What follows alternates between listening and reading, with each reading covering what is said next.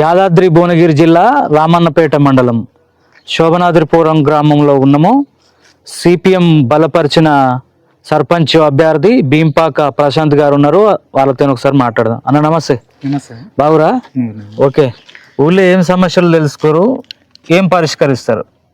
ఊళ్ళో నేను CPM party బలపరిచిన సర్పంచ్ అభ్యర్థిగా ఈ ఎన్నికల్లో బరిలో ఉన్నాను. గ్రామంలో నిరంతరం ప్రజా సమస్యలపై ప్రశ్నిస్తూ అనునిత్యం గ్రామంలో ఉంటూ అధికారుల దృష్టికి కానీ, ఎమ్మెల్యేల దృష్టికి కానీ, ఇతర అధికారుల దృష్టికి కానీ అనేక సమస్యలను తీసుకుపోయినటువంటి అనుభవం కూడా మాకు ఉన్నది. ఈ గ్రామంలో అనేక సమస్యలు పేరుకుపోయి ఉన్నా కానీ ఈ పాలకులు వస్తున్నారు పోతున్నారు తప్ప ఈ యొక్క గ్రామ సమస్యలను పట్టించుకున్న పరిస్థితి ఎప్పుడూ లేదు. కాబట్టి ఈ అవకాశం యువత రాజకీయాల్లో రావాలనే ఒక మార్పు అనేది తీసుకురావాలనేది మా పార్టీ సూచించింది. కాబట్టి మేము ఈ ఎన్నికల్లో బరిలో నిలబడ్డాం. అట్లాగే ఈ గ్రామంలో ప్రధాన సమస్యలు మేము చాలా వరకు వెలికి తీసాం. వాటిలో మేజర్ సమస్య ప్రధానంగా మా ఊరి మొదట ఉన్నటువంటి ఆలద్రి బ్రిడ్జి వద్ద గతంలో గత ఎమ్మెల్యే కానీ, ఇప్పుడు ప్రజెంట్ మొన్న పోయిన ఎమ్మెల్యే కానీ, ఇప్పుడు ప్రజెంట్ ఉన్న ఎమ్మెల్యే కానీ ఏ ఎమ్మెల్యే కూడా పట్టించుకున్న పాపాన పోలేదు. ఒక సీసీ అక్కడ బ్రిడ్జి నిర్మించారు తప్ప అది అనేక దఫాలుగా మేము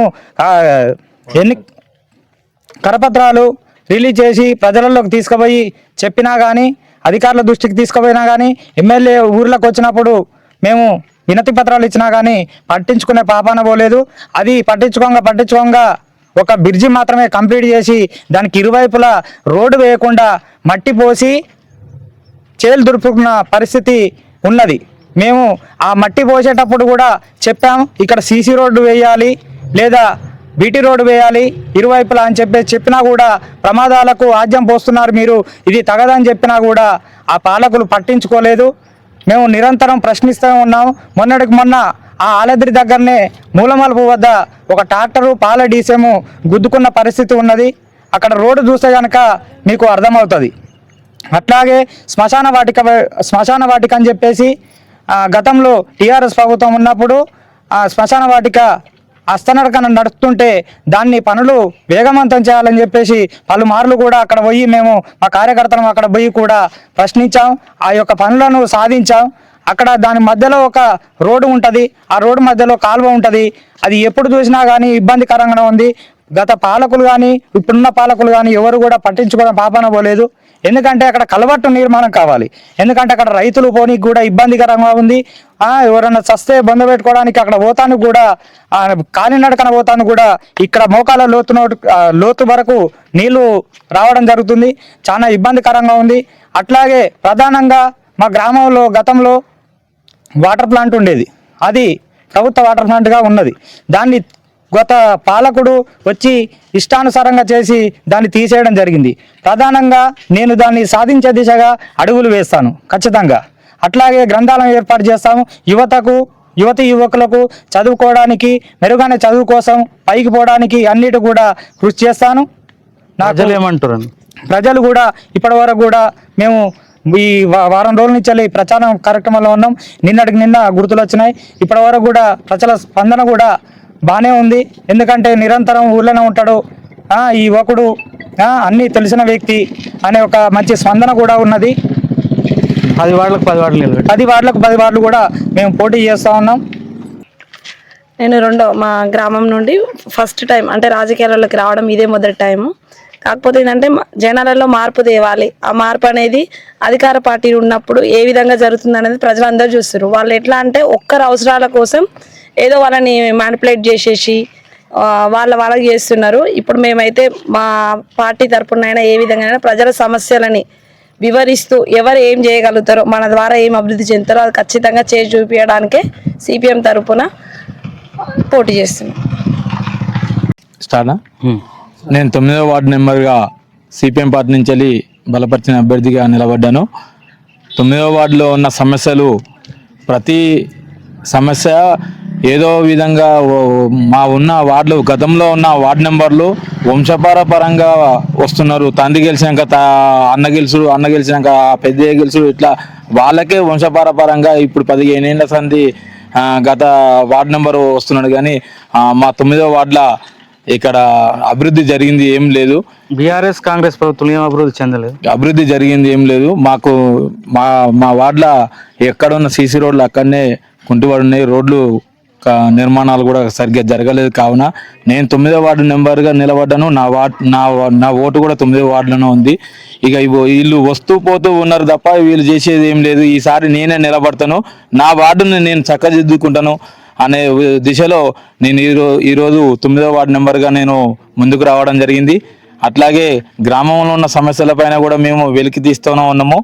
గ్రామంలో ఉన్న ప్రతి సమస్య పైన ప్రశ్నిస్తూ ఈసారి సర్పంచ్ అభ్యర్థిగా వార్డులోని 10 వార్డులను గెలిపించుకొని మా గ్రామంలో అభివృద్ధి దిశకు మేము ముందడుగు వేస్తామని ఈ 9వ వార్డు నెంబర్గా నేను వాగ్దానం చేస్తున్నాను.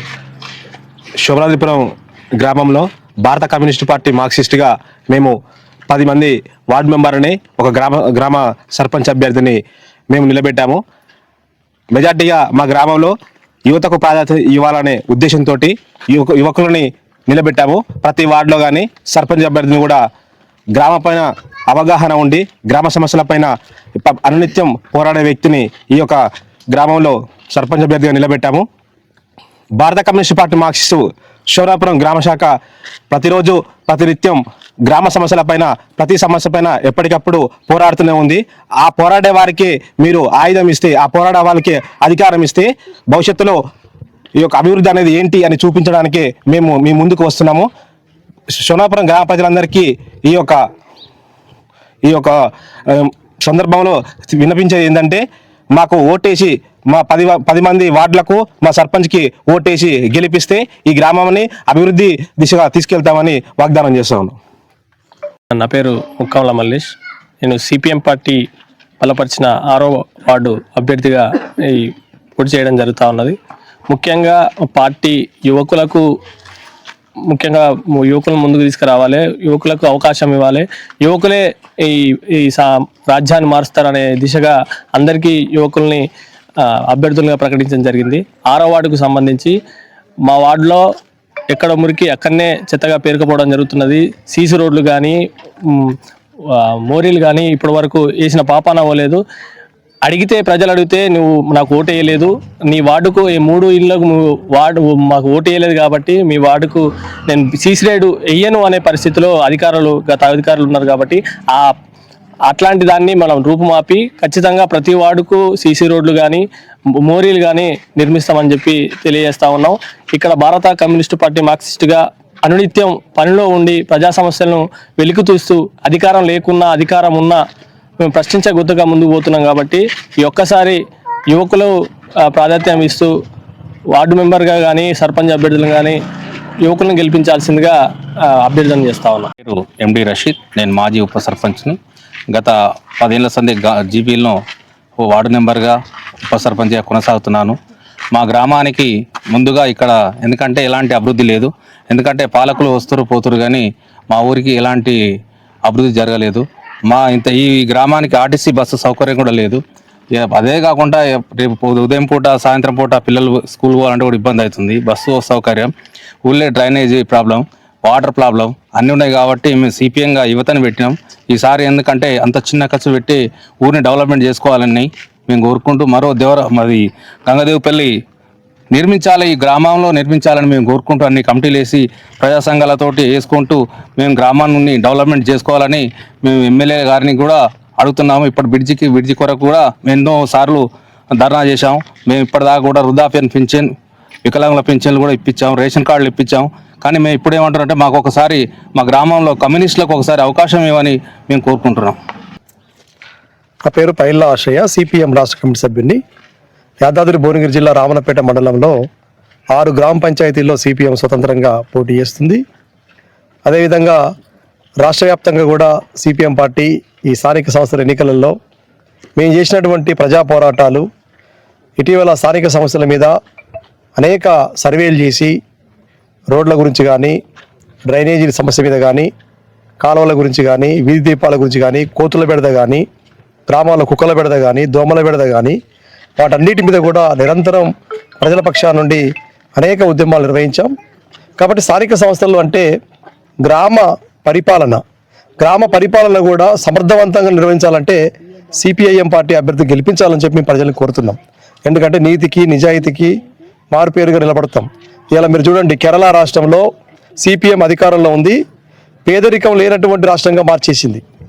అక్కడ గ్రామాలన్నీ కూడా ఒక అభివృద్ధిలో ఉంటాయి. ఏ ఒక్క సమస్య కూడా ఉండదు ఊర్లలో. అది ఇండ్లు కానీ, పెన్షన్లు కానీ, ఏదైనా పారదర్శకంగా ఉంటుంది. కానీ ఇక్కడ అట్లా లేదు. మా కాంగ్రెస్ పార్టీలకు వస్తేనే ఇల్లు ఇస్తాం, కాంగ్రెస్ పార్టీ అయితేనే పింఛన్లు ఇస్తాం, ఇట్లాంటివి మాట్లాడేటువంటి ధోరణి కేరళలో లేదు.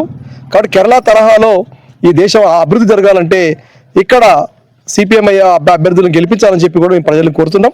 ఆ రకంగా మండల్ జిల్లా వ్యాప్తంగా కూడా ఒక ప్రజల్లోకి వెళ్ళేటువంటి కార్యాచరణ సిపిఐఎం తీసుకుంది. ఆ రకంగా ఇవాళ కేంద్ర ప్రభుత్వం కానీ, బీజేపీ కానీ నిధులు ఇవ్వడం లేదు, రాష్ట్రాలకు రావాల్సినటువంటి నిధులు రావడం లేదు. రాష్ట్ర ప్రభుత్వం కూడా అనేక వాగ్దానాలు చేసింది. 6 గ్యారంటీలు అన్నది, తులం బంగారం అన్నది, అదేవిధంగా మన మహిళలకు 2,500 ఇస్తామని చెప్పారు. కానీ ఏది కూడా అమలు కాలేదు.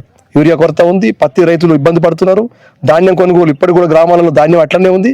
కాబట్టి కేంద్ర బీజేపీ కానీ, రాష్ట్ర కాంగ్రెస్ కానీ ఏ ఒక్క వాగ్దానం చేయనటువంటి పరిస్థితుల్లో పోరాడే వాళ్ళు గెలిస్తే ప్రజల పక్షాన నిలబడి గ్రామాల అభివృద్ధి చేస్తారు, కేంద్ర రాష్ట్ర ప్రభుత్వాలు మెడలు వంచుతారని చెప్పి మమ్మల్ని గెలిపించాలని సందర్భంగా కోరుతున్నాం.